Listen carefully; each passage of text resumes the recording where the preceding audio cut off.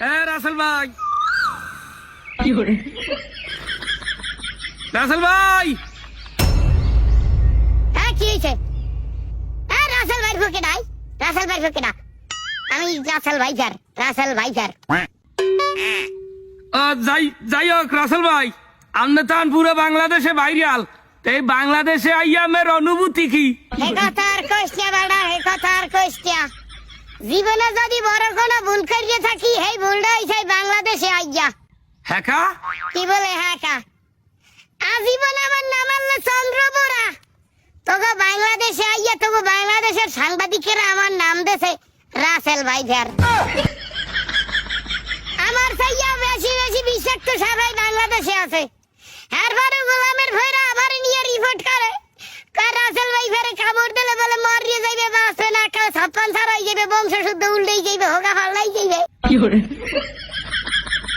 গোলামের ভয়রা আমার ছবি দিয়ে ফেসবুক আইডি খুলছে। হয়নির ভয়রা আমার নাম দিয়ে টিকটক অ্যাকাউন্ট খুলছে।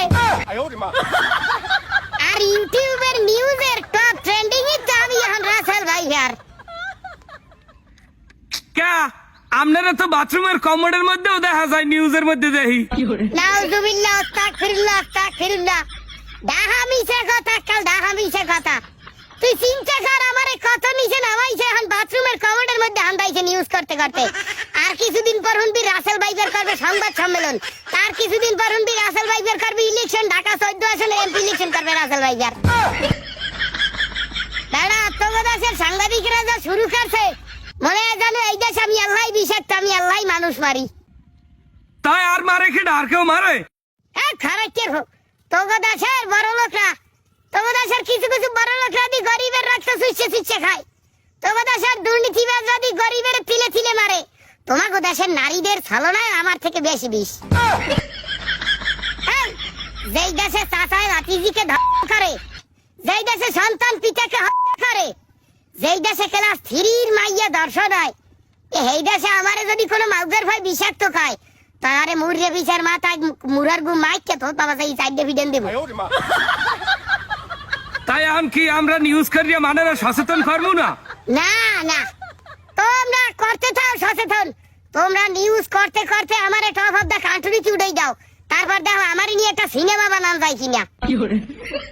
এই সারা আর তোকে কোনো কাজ আছে? তোমার কাজ আছে কি? তোরা খালি এই করবি। সাধারণ মানুষ কুমনে মরলো, কেডা নির্যাতিত হইলো, হার চাইয়াও জরুরি রাসেল ভাইজার।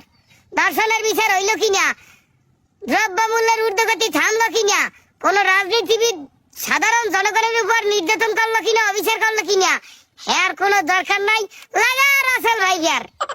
আহা, একামন কথা কন, আপনি একামন কথা কন। ভালো কইছেন, আপনি যা কইছেন মগদাসের ভালো বুদ্ধিজীবীরাও জানে না, এরকম বুদ্ধিমুখ ভালো বুদ্ধিজীবী মাথায় নাই। হ্যাঁ তাই আপনি রাসেল ভাই আপনি ভালো কথা কইছেন। আপনি দেশে থাকিয়ে যান, আপনার যত মন চায় বাচ্চা জন্মগ্রহণ করান, দেশে বিস্তার লাভ করান, এই দেশ আপনার নামে লিখে দিলাম, জান থাকেন।